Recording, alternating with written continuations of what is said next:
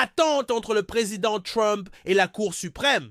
L'administration demande à la Cour de mettre fin à sa suspension concernant leur projet de déportation d'au moins 28 détenus vénézuéliens dans un centre de détention de l'ICE au Texas. La Cour a temporairement arrêté les projets de la Maison-Blanche ce week-end concernant la déportation des hommes en vertu de la loi sur les ennemis étrangers. L'administration affirme que ces hommes sont des membres de gangs, mais les avocats représentant les détenus disent qu'ils sont privés de leur droit à une procédure régulière. Le responsable des frontières de Trump, Tom H. Homan, a précédemment déclaré que cela ne s'appliquait pas. La durée de la procédure régulière n'est pas la même en vertu de la loi sur les ennemis étrangers. C'est pourquoi cette loi a été créée. Imaginez passer tout votre premier mandat à sélectionner des juges, seulement pour qu'ils changent d'avis et gâchent tous vos efforts lors de votre second mandat. La réalité actuelle de Trump est que des juges fédéraux bloquent ses tentatives de déporter un grand nombre d'immigrants, d'éliminer la citoyenneté de naissance et de réduire le financement des hôpitaux. Vous pouvez voir comment le cauchemar juridique de Trump se déroule dans cette vidéo.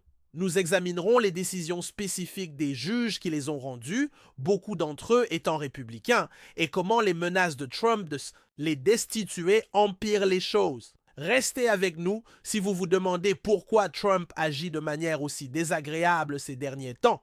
La réponse est plutôt satisfaisante. Mais avant de continuer, j'aimerais vous demander une petite faveur. Veuillez prendre un moment pour aimer cette vidéo et vous abonner à la chaîne si vous aimez ce contenu.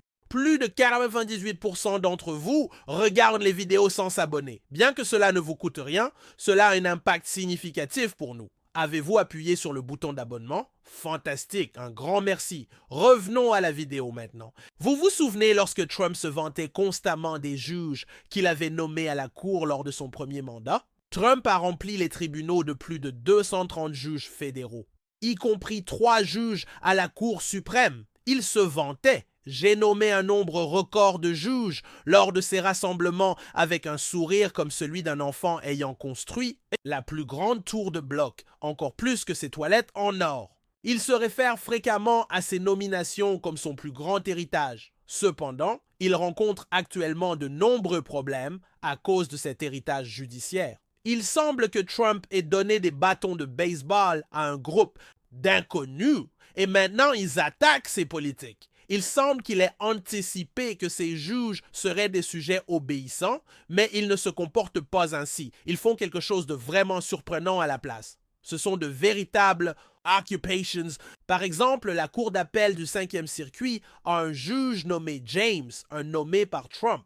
Du jour au lendemain, la Cour suprême a ordonné à l'administration Trump de suspendre ses efforts pour déporter des prétendus membres de gangs vénézuéliens en vertu de la loi sur les ennemis étrangers. La loi de 1788 confère au président une large autorité en temps de guerre pour déporter des étrangers en fonction de leur pays d'origine.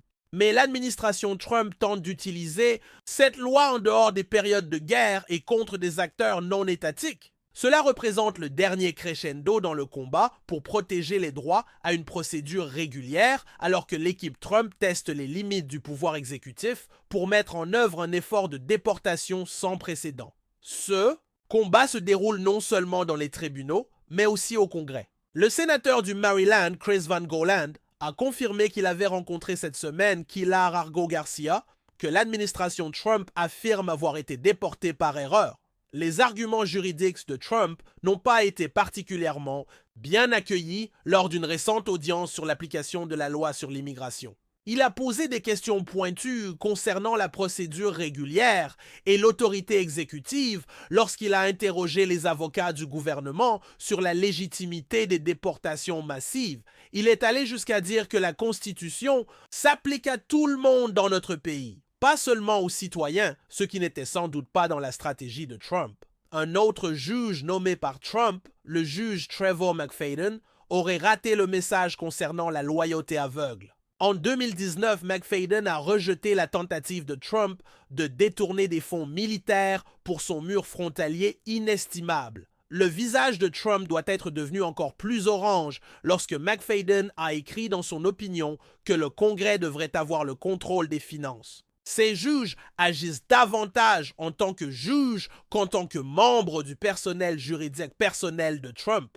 Et Donny Diapers n'est pas content. Ils mettent la loi avant leur allégeance à l'homme qui les a nommés. Les attaques en majuscules contre les juges déloyaux et comment ils me dénoncent dans le dos après tout ce que j'ai fait pour eux ont envahi ces pages sur les réseaux sociaux qui sont devenus une zone de crise numérique. Le nom est créé par l'actrice. Bien que cette juge ait accepté l'ordonnance, le juge Samuel Allo, écrivant sa dissidence, a été rejoint par le juge Clarence Thomas, affirmant que la Cour avait émis un recours sans précédent et légalement discutable sans permettre aux juridictions inférieures de se prononcer. Dans un message de Pâques sur les réseaux sociaux, le président a écrit « Joyeuse Pâques aussi aux juges faibles et inefficaces, ainsi qu'aux responsables de l'application de la loi qui permettent cette attaque malveillante contre notre nation. » Trump a écrit « Ces juges me remercient en obéissant à la loi plutôt qu'à mes ordres parce que je les ai nommés à la Cour. Chasse aux sorcières complète. » On dirait qu'il pensait honnêtement que ces juges fédéraux seraient ces oui-hommes, acquiesçant à n'importe quelle absurdité juridique qu'il inventerait entre deux parties de golf. Trump pensait-il vraiment qu'il serait éternellement redevable envers la personne qu'il nommait à un poste à vie au tribunal fédéral? Pensait-il que les juges fédéraux, les juges ressembleraient à ces membres du cabinet qui devaient alternativement le complimenter lors des réunions? Les données indiquent effectivement qu'il l'a fait. Mais c'est la décision d'octobre du juge Aileen Cannon qui a véritablement propulsé Trump sous les feux de la rampe. Dans l'affaire concernant les documents confidentiels, Cannon était d'abord perçu comme une alliée de Trump et a rendu des décisions vraiment douteuses en sa faveur. Trump pensait probablement qu'elle était de son côté au début. Mais il a perdu son calme lorsque Cannon a statué contre lui sur une question de procédure concernant les preuves du dossier. Lors de réunions privées, Trump aurait qualifié Cannon d'ingrate et de traîtresse, disant à ses associés « Je lui ai fait une carrière et maintenant elle est en train de me détruire. » Selon une source, Trump aurait jeté son téléphone à travers la pièce en apprenant la décision de Cannon et a immédiatement insisté pour savoir si ce juge pouvait être démis de ses fonctions. Hier soir contre Donald Trump, pouvez-vous expliquer ce qui vient de se passer? Oui, Brian, ce n'est pas de l'hyperbole. Sur l'échelle RTOR de 1 à 10 concernant les développements juridiques, procéduraux et constitutionnels, c'est un 17. C'est énorme car la Cour suprême a essentiellement dit « Nous n'attendrons même pas ce que diront les juridictions inférieures, y compris la Cour d'appel du 5e circuit.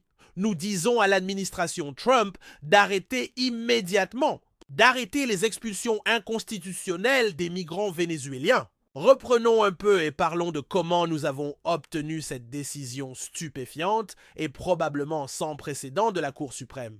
Très tard hier soir, les cours ont appris que l'administration Trump semblait vouloir complètement ignorer tout ce qui venait des tribunaux, y compris de la Cour suprême, et commencer inconstitutionnellement à expulser à nouveau les migrants vénézuéliens. Ils ont été informés que l'indépendance judiciaire ne fonctionne pas ainsi. Selon des rapports, Trump se demandait pourquoi toutes ces personnes avaient été nommées. La vérité nue peut y être trouvée. Trump voyait ces nominations judiciaires comme des moyens de s'entourer de partisans qui décideraient en sa faveur, peu importe le libellé de la loi, au lieu de remplir son obligation constitutionnelle de nommer des esprits compétents dans les tribunaux fédéraux.